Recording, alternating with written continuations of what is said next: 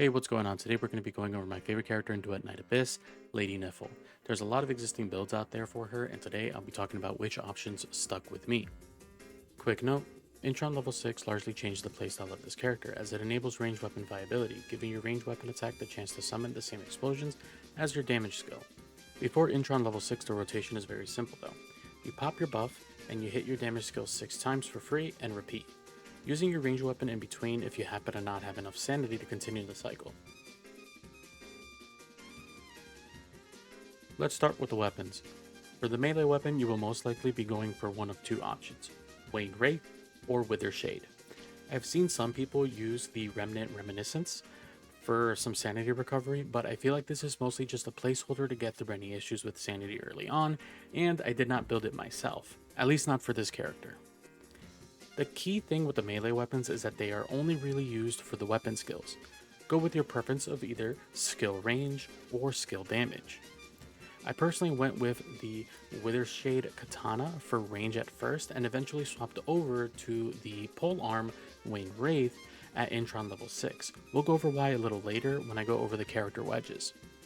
For the Katana, I honestly kept it at 0 wedges the entire time as I used it for just the stats. I didn't use it at all. If I found myself having to use the Katana, I was in a really bad spot and probably shouldn't have been doing the content to begin with. Using the polearm does give you the fun option of fly using this setup. Piercing Ascent changes your charge attack to launch you forward, which allows you to pretty much fly. That enables the flying. The Swift Momentum and Celerity just make it go faster and increase the consistency. Otherwise, there might be times where you end up falling in the middle of the air because you don't charge fast enough. Moving on to the real stars of the show, the ranged weapons. Starting off, we got the Entropic Singularity. Trigger probability plus 75%, and the chance to create an extra projectile at no ammo cost, dealing AoE damage equal to 50% of its attack. Now, for this, I went with 2 Tremel Wedges for trigger probability, one with impetus for some extra percentage attack, speed boost for projectile speed increase, and both hunt and fold over for additional multi-shot percentage. I didn't put too much into this weapon as I knew I was going to swap to the bow really quickly. However, if I was to fully invest into this, I'd make space for both Rain of Quivers and Carefree, probably removing the impetus from here so that I can fit everything. Next, we got Embla Inflorescence. This weapon gives us skill range plus 30%, and while charging, it gradually locks onto nearby enemies, and upon release fires tracking arrows at all the locked targets. When a Lumino character deals skill damage, it grants plus 35% skill damage for the next 6 seconds. So it's pretty much every stat this character wants. For the Demon Wedges, there are 2 trains of thought that I've seen out there. You either build crit or you don't. However, for both of these, the same base exists. That being double Tremel for trigger probability, Rain of Quivers, Fold Over, and Hunt to increase our multi-shot chance, and Carefree. Carefree basically refunds the bullet every single time because you're triggering bonus effects all the time. The biggest difference, again, comes whether or not you want to build crit.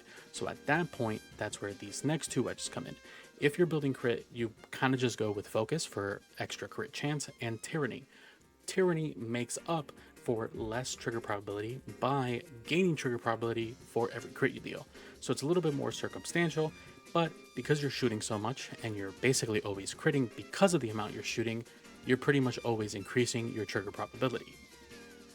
Aside from this, there's a little bit of a less circumstantial build, and that's this next one. This one runs the same base, double Tremel, Rain of Quivers, Fold Over, Hunt, and Carefree, but sticks with a little bit more base, more consistent trigger probability by adding a 3rd green Tremel. This also increases our attack by a little bit. Additionally, it gets paired up with Celerity for extra attack speed, so I believe the attack speed locks on faster, so your lock-ons are a little bit quicker. Realistically, this Celerity is kind of a placeholder. You can kind of fit whatever you prefer here, as the attack speed isn't really super needed. It just gives you a slight more smoothness to your overall attacks. With the weapons out of the way, let's finally get to the character Wedges. To start, I think at this point most builds have settled on the idea of stacking Scorch at 4 for pure percent attack stats. If you haven't gotten to level 55 or just haven't ascended far enough to have the last slot, then just go down to 3 Scorch. Skyloom Wildfire gives us a bit of each stats that we need, primarily damage and range, and Prime Morale is probably the best Prime option since it gives 2 instances of damage increases in both the attack percent and the morale percent when you're at high HP. Now the biggest difference between the Wedges before I6 is that before that I ran 2 Nirvana Volitions. At this point I also had the Katana equipped, as before I6 I was not using my ranged weapons and largely depended on hitting my skills with the extra range from the weapon giving a little bit more comfort.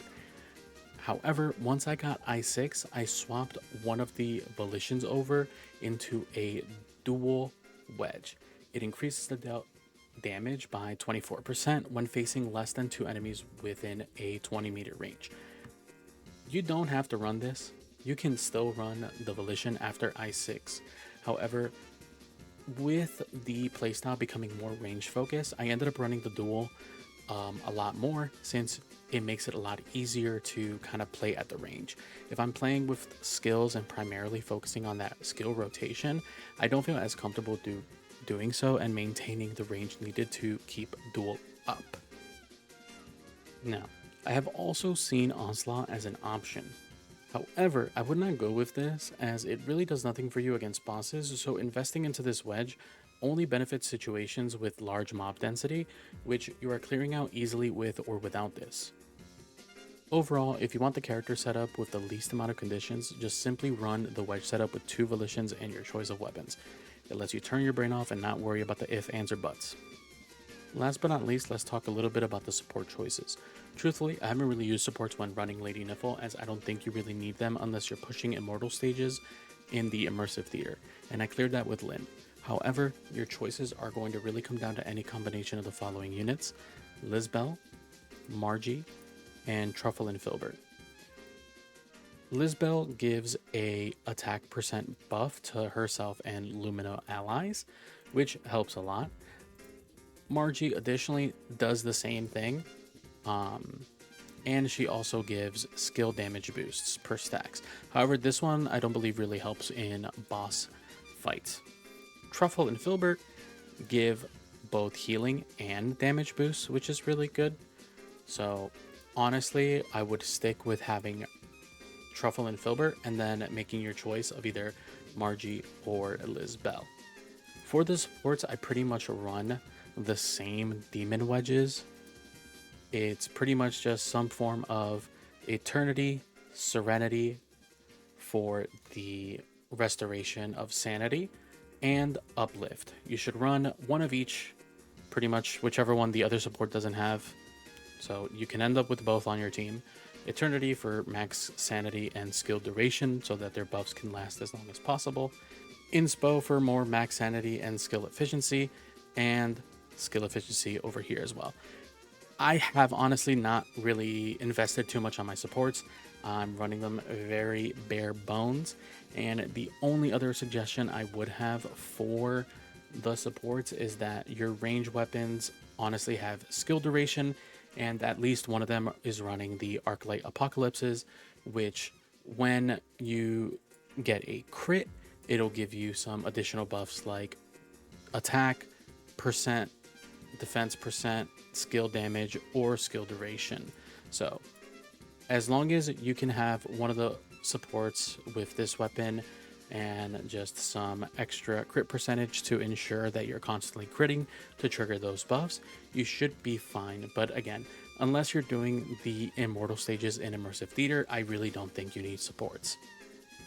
With that, thank you so much for watching the video. Let me know your thoughts.